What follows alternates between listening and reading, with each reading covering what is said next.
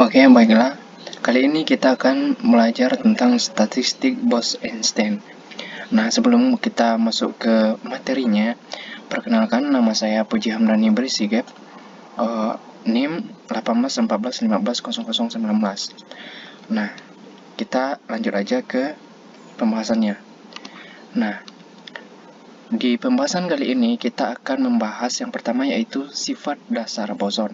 Yang kedua ada konfigurasi boson, ketiga ada konfigurasi maksimum, yang keempat parameter alfa untuk foton dan fonon. Nah, yang pertama yaitu boson.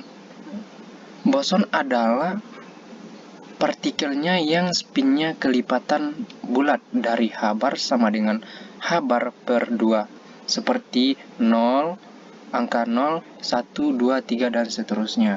Kemudian, yang kedua yaitu mengikuti statistik Bose-Einstein. Nah, berarti boson ini mengikuti statistik Bose-Einstein. Yang ketiga yaitu tidak memenuhi prinsip larangan Pauli. Nah, yang keempat adalah partikel pembawa interaksi. Kemudian kita masuk yaitu sifat-sifat dasar dari boson. Yang pertama yaitu boson ini berperilaku untuk partikel kuantum yang mempunyai spin kelipatan bulat dari H bar, contohnya seperti foton, fonon, dan lain-lain. Nah, termasuk partikel yang tidak dapat dibedakan. Nah, si boson ini juga dapat diasumsikan energi sistem distrik atau tak tentu.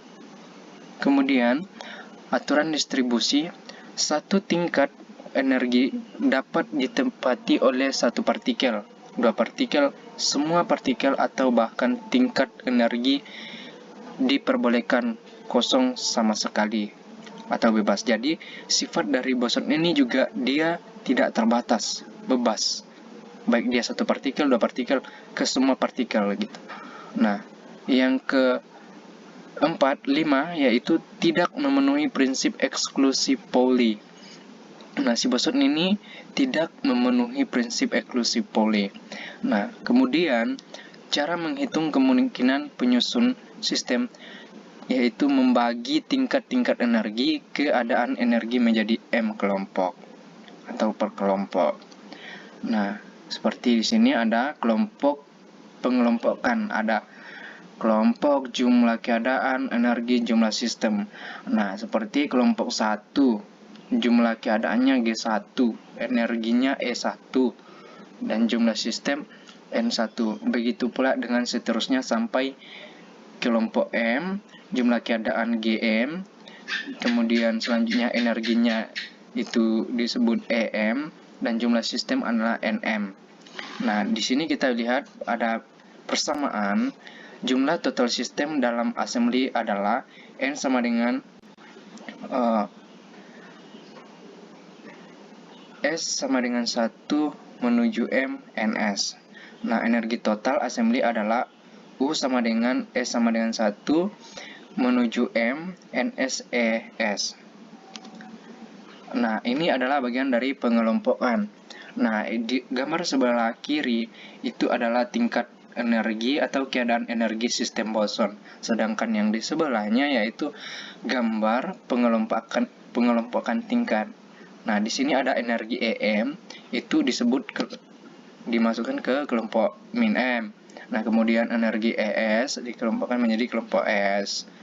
Dan energi E2 dikelompokkan menjadi kelompok 2, dan energi E1 dikelompokkan menjadi kelompok 1. Nah, konfigurasi boson dimulai dengan menurunkan statistik untuk boson.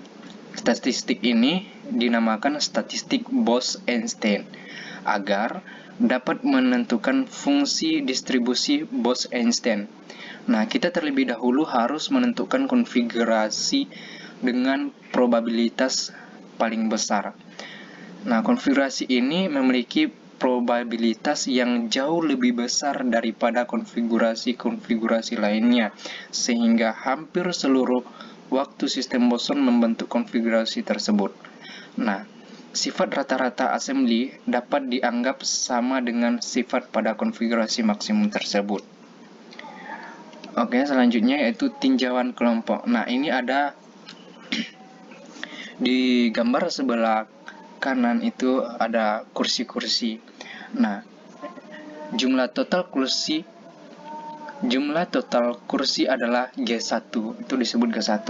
Nah, jumlah kursi yang ada yang dapat dipertukarkan adalah G1 min 1, karena salah satu kursi harus tetap di ujung bawah.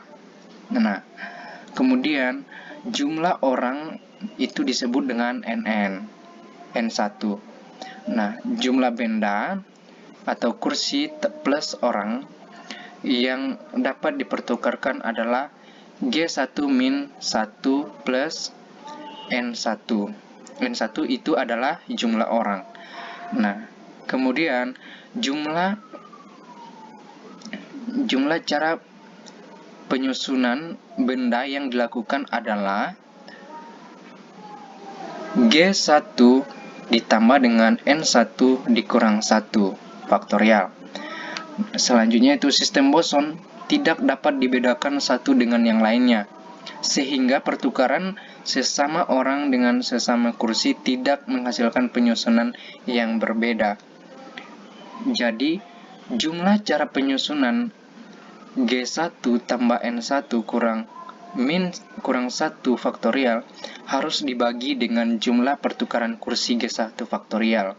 Nah, dan jumlah pertukaran orang banyak N1 faktorial. Sehingga jumlah cara penyusunan N1 atau jumlah orang boson ke dalam G1 keadaan energi pada kelompok 1 adalah, di sini ada persamaan, yaitu di mana G1 ditambah N1 kurang 1 faktorial per N1 faktorial dikali dengan G1 faktorial. Selanjutnya adalah hal yang sama juga berlaku untuk kelompok 2, 3 disebut, sehingga jumlah total cara penyusunan sistem-sistem dalam keadaan energi assembly boson adalah, nah di sini ada persamaannya teman-teman. Nah, di sini ada G1 tambah N1 kurang 1 faktorial per N1 faktorial dikali dengan G1 faktorial. Nah, kita kalikan dengan G2 ditambah N2 dikurang 1 faktorial per N2 faktorial G2 faktorial dikali dan seterusnya sampai Gm tambah Nm kurang 1 faktorial per Nm faktorial Gm faktorial. Nah, atau bisa juga dengan Vs sama dengan 1 sampai M. Nah, di mana Gs ditambah Ns sama dengan 1 faktorial. Nah, Ns per Ns faktorial Gs faktorial. W sama dengan Vs sama dengan 1 menuju M. Nah, Gs ditambah dengan Ns kurang 1 faktorial per Ns faktorial Gs faktorial. Nah, di sini adalah konfigurasi maksimum, di mana konfigurasi dengan probabilitas maksimum tujuannya adalah supaya kita bisa mencari konfigurasi dengan probabilitas paling maksimum. Kenapa? Alasannya yaitu konfigurasi yang dibentuk oleh sistem-sistem dalam assembly boson yang menghasilkan besaran makroskopis adalah konfigurasi dengan probabilitas maksimum tersebut.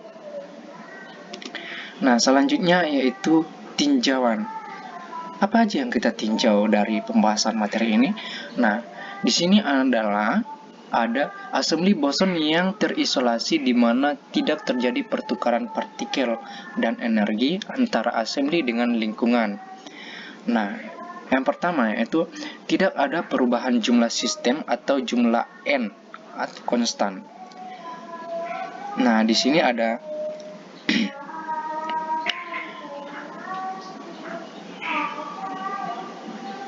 dou n sama dengan sigma S sama dengan 1 menuju M, dou ns sama dengan 0. Yang kedua yaitu tidak ada perubahan energi atau energi U konstan, atau dou U sama dengan sigma S sama dengan 1 menuju M, ES dou ns sama dengan 0. Nah, caranya kita harus mencari kumpulan ns sedemikian rupa sehingga W maksimum. Yang kedua, cara memaksimalkan W dan memaksimalkan len W. Nah, di sini kita menghitung cara mencari len W.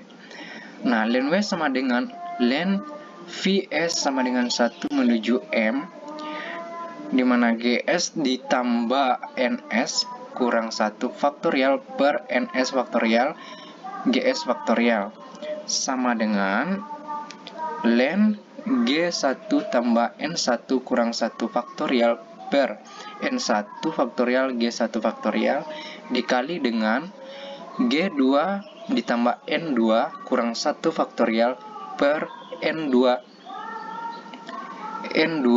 faktorial G2 faktorial dikali dengan seterusnya sampai Gm ditambah Nm dikurang N1 faktorial per Nm faktorial Gm faktorial. Nah, kita jadikan jadi seperti len G1 ditambah N1 dikurang 1 faktorial per N1 faktorial G1 faktorial di jumlah atau ditambah dengan len G2 ditambah N2 kurang 1 faktorial per N2 faktorial G2 faktorial ditambah sampai seterusnya sampai len Gm ditambah Nm kurang 1 faktorial per Nm faktorial Gm faktorial.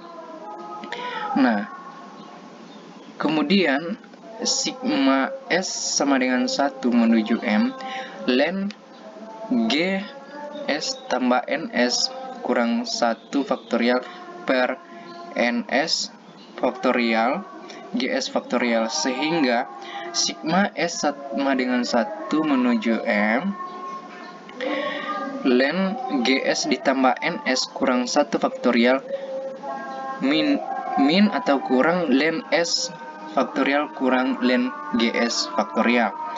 Nah, dengan menggunakan pendekatan Stirling.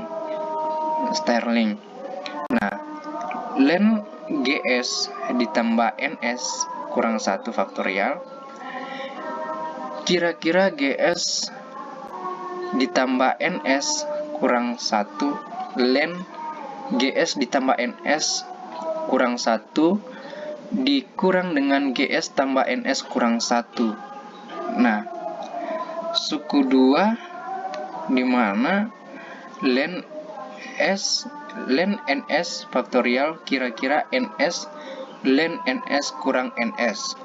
Nah, suku ketiga yaitu len Gs faktorial kira-kira Gs len Gs kurang Gs.